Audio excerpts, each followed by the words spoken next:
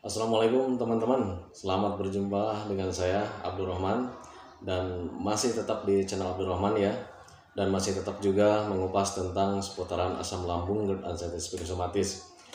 Nah, di video kesempatan kali ini saya akan menjelaskan tentang kenapa ya kita itu selalu mimpi buruk gitu ya teman-teman ya. Jadi orang yang terkena gangguan asam lambung dan anxiety psikosomatis biasanya itu kita itu sering mengalami mimpi-mimpi buruk gitu ya teman-teman ya. Nah itu sebabnya seperti apa, kemudian cara menanganinya seperti apa. Nanti saya akan jelaskan di session kali ini. Nah bagi teman-teman yang baru bergabung, dimohon ya videonya itu di subscribe dulu, karena untuk subscribe itu adalah hal yang sangat mudah, cukup gratis, tidak memerlukan biaya. Jadi teman-teman itu cukup memijit saja tulisan yang warna merah, tulisan subscribe. Biar kenapa, jujur ya, biar video saya itu cepat berkembang dengan baik. Dan kalau seandainya video saya itu berkembang dengan baik, sudah barang tentu itu akan menambah semangat tersendiri buat saya untuk terus meng-share tentang seputaran asam lambung dan anxiety psikosomatis terhadap kalian, dengan tujuan semoga saja videonya itu menjadi wasilah atau jalan keluar bagi kalian yang sedang mengalami gangguan asam lambung dan anxiety psikosomatis. Nah itu teman-teman ya. Oh ya, bagi teman-teman yang baru bergabung, kemudian yang sudah lama bergabung juga, mohon bantu channel saya yang satunya lagi ya, channel yang ini nih ya. Channel yang saya yang satunya lagi itu khusus video tentang seputaran alam di sekitar saya ya. Jadi ketika saya sedang jalan-jalan, ketika saya berolahraga, saya selalu memvideokan tentang pemandangan-pemandangan di alam sekitar. Jadi mohon dibantu juga ya channel saya yang satunya lagi, Asian Village ini, yang ini nih ya. Semoga saja videonya juga bisa menghibur kalian gitu ya teman-teman. Jadi videonya itu tidak bosan ya. Jadi tidak tentang seputaran asam lambung terus. Jadi ada video tentang alamnya gitu ya. Jadi biar kalian itu tidak kepikiran terus tentang gangguan asam lambung dan anxiety psikosomatis, tetapi kalian juga bisa nonton di channel ini tentang alam sekitar kita gitu ya teman-teman ya. Dan kalau seandainya channel yang ini itu berkembang dengan baik, nanti juga insya Allah ya, kalau misalkan saya ada waktu luang, saya akan berkunjung ke tempat-tempat Anda ya, ke tempat-tempat kalian. Jadi selain saya bisa berkunjung sama kalian, saya juga bisa memvideokan tentang keindahan-keindahan alam di sekitar kalian gitu ya teman-teman ya. Nah itu teman-teman ya. Nah kembali lagi ke topik utama teman-teman ya. Kenapa sih kita itu yang sedang mengalami gangguan asam lambung dan anxiety psikosomatis itu selalu mengalami mimpi buruk teman-teman ya. Nah patut kalian ketahui teman-teman, kalau seandainya kalian mimpi buruk itu kenali dulu ya. Saya selalu wanti-wanti sama teman-teman, kenali dulu asal mulanya dari mana gitu ya teman-teman ya. Biar kalian itu bisa tepat menanganinya gitu ya teman-teman ya.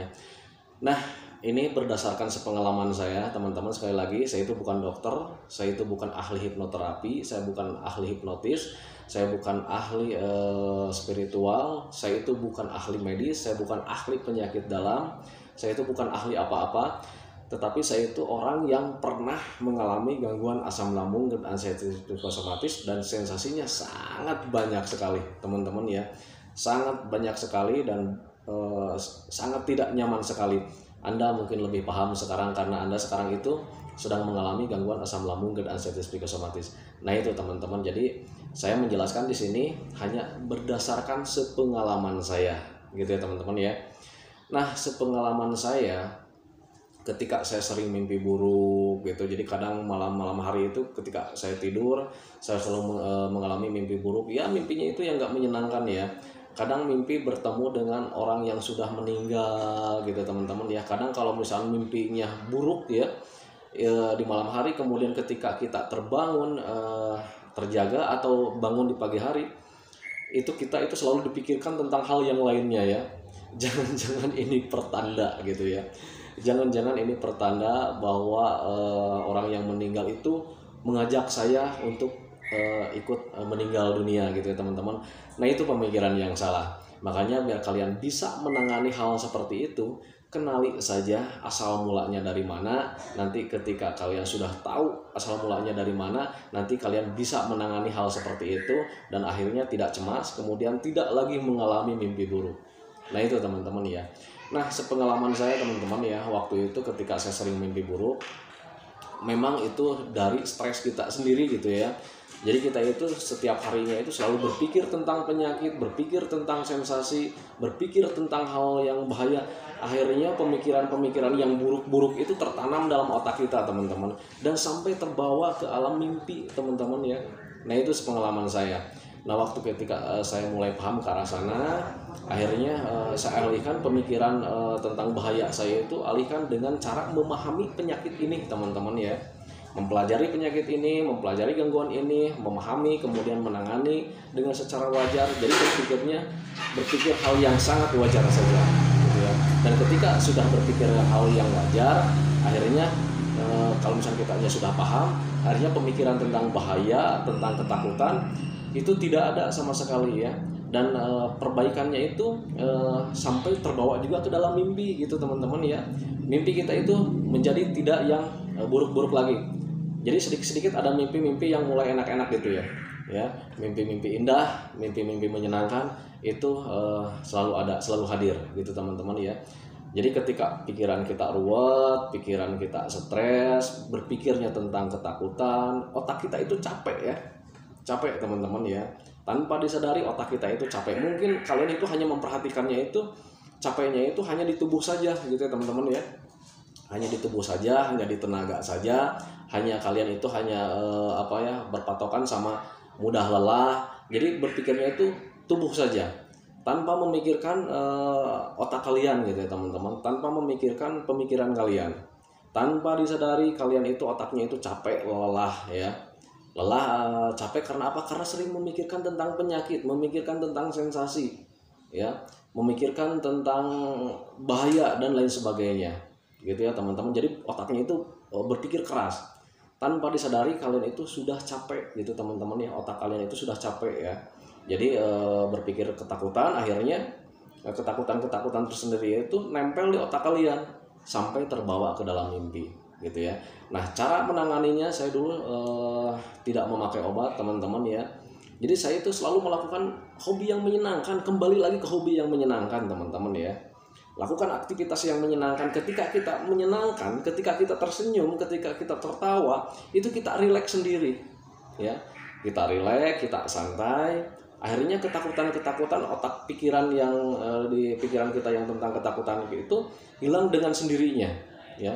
Hilang dengan sendirinya. Nah ketika hilang dengan sendirinya, awal akhir mimpi buruk itu juga akan hilang gitu ya. Diikuti dengan mimpi-mimpi yang menyenangkan gitu ya teman-teman. Itu pengalaman saya. Berbeda ketika misalkan saya selalu berpikir tentang ketakutan, berpikir tentang penyakit, berpikir tentang sensasi, otaknya sudah stres, sudah capek. Jadi ke dalam mimpi juga selalu terbawa gitu ya. Selalu terbawa tentang ketakutan yang akhirnya di pagi harinya ketika terbangun, ketika terjaga, kita berpikirnya yang lain lagi. Akhirnya asam lambungnya naik lagi, cemas lagi gitu ya teman-teman ya. Nah itu makanya jangan anggap sepele ya. Makanya mulai dari sekarang jangan pernah berpikir tentang penyakit, berpikir tentang sensasi ya. Jangan berpikirnya tentang berpikir yang bahaya. Kalian boleh berpikir ya, berpikir tentang penyakit, berpikir tentang sensasi, tetapi berpikirnya hal yang bersifat wajar. Oh ini ada yang dirasa nih, wajar saja karena memang pencernaannya sedang tidak beres.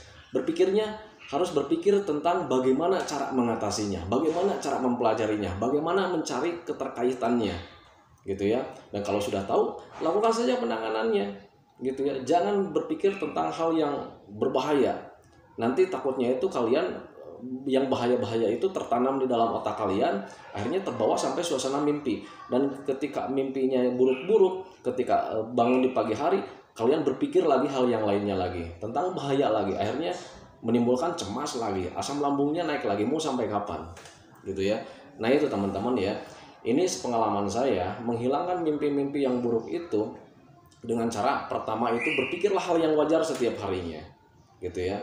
Jadi tidak berpikir tentang hal yang bahaya. Makanya untuk mengalihkan pemikiran yang bahaya, untuk membantunya, saya itu dulu sering melakukan hobi yang menyenangkan, kembali lagi ke hobi yang menyenangkan, gitu ya. Dan ketika melakukan hobi yang menyenangkan, justru yang dipikirkannya itu kesenangan ya, kesenangan, ceria gitu ya, bahagia gitu. Nah akhirnya kebahagiaan itu mengikuti ya ke dalam mimpi. Jadi mimpi juga kadang tidak yang berbahaya-bahaya, tidak menakutkan gitu ya teman-teman ya. Jadi dalam mimpinya juga mimpi yang biasa-biasa saja. Kadang justru kalau misalnya kita sudah melakukan hobi, hati kita senang, kadang justru tidurnya juga pulas gitu ya. Jadi nggak pernah mimpi, itu justru yang bagus ya.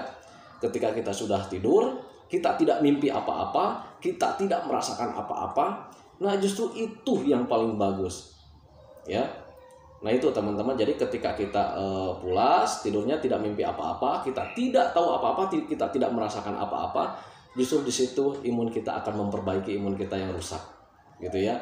Jadi DNA kita yang rusak-rusak itu diperbaiki lagi oleh imun kita itu sendiri dengan 100%, gitu ya teman-teman ya.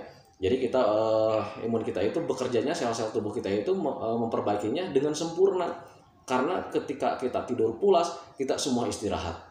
Beda dengan kita, misalkan kita tertidur tetapi masih dalam mimpi, masih ada mimpi gitu ya. Walaupun itu mimpi bahagia, walaupun itu mimpi ketakutan, yang namanya mimpi berarti otak kita itu bekerja terus ya. Dan pasti itu sel tubuh kita itu kalau misalnya memperbaikinya pasti tidak akan sempurna. Justru yang paling bagus itu ketika kita tidur, kita tidak mimpi apa-apa gitu ya. Makanya untuk melakukan hal seperti itu, latih dari sekarang ya, latih dari sekarang. Jangan pernah memikirkan tentang penyakit. Beda ya, ketika memikirkan tentang penyakit sama memikirkan tentang hobi, itu dua hal yang berbeda teman-teman ya. Kalau misalkan memikirkan tentang penyakit, memikirkan tentang bahayanya penyakit, di situ ada nilai beban teman-teman ya. Di situ ada nilai beban, di situ ada nilai ketakutan. Jadi akhirnya membuat kita itu murung, membuat kita itu bingung. Dan yang namanya bingung, murung, itu pasti otak kita itu dipres ya. Otak kita itu dipaksa bekerja keras. Tetapi berbeda dengan berpikir tentang hal-hal yang menyenangkan, melakukan hobi yang menyenangkan. Walaupun misalkan kita berpikir keras di sana, ya, berpikir keras tentang hobi, justru hobi itu sifatnya menyenangkan, ya. Dan itu pemikirannya itu berbeda dengan pemikiran yang ketika memikirkan tentang hal yang ketakutan. Di sini tidak ada beban, ya. Di hobi yang menyenangkan tidak ada beban. Justru ada kebahagiaan tersendiri ketika kita memikirkan, waduh ini jalan-jalan besok kemana nih, gitu ya. Jadi kita berpikirnya keras, wah mau main ke ini nih. Tetapi ketika berpikir ke arah sana, itu ada nilai kebahagiaan tersendiri teman-teman ya. Berbeda dengan berpikir tentang penyakit. Itu cara melatih saya waktu itu. Makanya lakukan dari mulai sekarang. Saya selalu mewanti-wanti sama teman-teman ya. Lakukan hobi menyenangkan, lakukan hobi menyenangkan. Karena untuk melakukan hobi yang menyenangkan itu efek sampingnya sangat besar sekali buat kita itu untuk perbaikan seputaran gangguan asam lambung dan anxiety psikosomatis. Nah itu teman-teman ya. Jadi mulai sekarang stop berpikir tentang bahaya, stop berpikir tentang sensasi yang berbahaya. Tekankan saja dalam pikiran kalian karena memang sensasi ini, gangguan ini tidak berbahaya sama sekali. Kalau misalkan gangguan ini berbahaya, tidak ada orang yang membuat channel YouTube kok. Ya, contoh saya banyak sekali channel-channel YouTube tentang seputaran asam lambung dan anxiety psikosomatis. Nah, lihat, mereka masih ada di sini. Ya, mereka masih ada di channel-channel YouTube. Ya, dan mereka itu orang-orang yang pernah mengalami ya dari channel YouTube itu tentang seputaran asam lambung dan anxiety psikosomatis. Kalau dilihat dari persentase 90% itu orang yang pernah mengalami gangguan asam lambung dan anxiety psikosomatis. Selebihnya itu adalah dokter. Nah itu teman-teman ya. Jadi pahamkan saja, camkan saja dari sekarang. Jangan pernah berpikir tentang gangguan asam lambung dan anxiety psikosomatis ini berbahaya. Berpikirlah yang senang-senang gitu ya. Biar otak kita itu tidak stres, otak kita itu tidak capek gitu ya. Dan kalau misalkan otak kita sudah nyaman, sudah tidak capek karena selalu berbahagia gitu ya, itu mimpi kalian juga nanti akan diikuti dengan mimpi-mimpi yang indah-indah, bahkan sama sekali tidak akan ada mimpi gitu ya. Dan kalau misalkan kalian sudah mengalaminya Kalau sudah tidur kemudian tidak mengalami mimpi, justru itu bagus ya. Justru itu bagus. Sangat bagus sekali. Nah, itu teman-teman ya. Jadi mulai sekarang lakukan hobi yang menyenangkan, lakukan hobi yang menyenangkan. Semuanya sangat terkait dengan hobi yang menyenangkan. Kita mulai lupa dengan penyakit gitu ya teman-teman.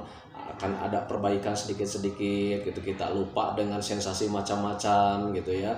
Karena kita selalu melakukan hobi yang menyenangkan gitu. Karena untuk gangguan asam lambung dan anestesi psikosomatis ini, sepengalaman saya, sembuhnya dengan terlupakan gitu ya. Selain menjaga 3P, saya juga melakukan hobi yang menyenangkan, dan gangguan ini sembuhnya dengan terlupakan, bukan dengan obat teman-teman, hanya menggunakan metodenya ya seperti itu teman-teman. Nah, itu teman-teman video dari saya, semoga setiap videonya itu bisa membantu kalian. Semoga saja kalian cepat membaik, semoga kalian cepat memahami dan cepat kembali lagi ke kehidupan yang dulu lagi, cepat normal lagi, amin ya rabbal alamin. Karena memang kesehatan dan kesembuhan itu hal yang sangat kita rindukan teman-teman ya. Dan sebelum saya akhiri, seperti biasa, biar kalian tidak lupa, mohon di subscribe dulu videonya biar video saya itu cepat berkembang dengan baik, dan bantu juga channel saya yang satunya lagi, yang ini itu channel perjalanan saya ketika olahraga, ketika jalan-jalan. Karena untuk saat ini walaupun saya sudah sehat, sudah sembuh total, untuk jalan-jalan, untuk olahraga tetap saya jaga. Karena saya yakin kalau seandainya 3P-nya dilanggar gitu ya, untuk gangguan asam lambung dan anestesi psikosomatis ini bisa kambuh kapanpun gitu ya teman-teman. Jangankan orang kita yang sudah mengalami gangguan asam lambung dan anestesi psikosomatis, orang yang belum terkena juga kalau seandainya melanggar 3P, saya jamin itu mereka pasti akan terkena gangguan asam lambung dan anestesi psikosomatis. Nah, itu teman-teman, selamat berjumpa lagi di episode selanjutnya tentang hal yang lainnya lagi. Tetap ikuti saja channel saya Abdur Rahman, dan ikuti juga channel ini ya teman-teman, semoga bisa membantu kalian. Assalamualaikum warahmatullahi wabarakatuh.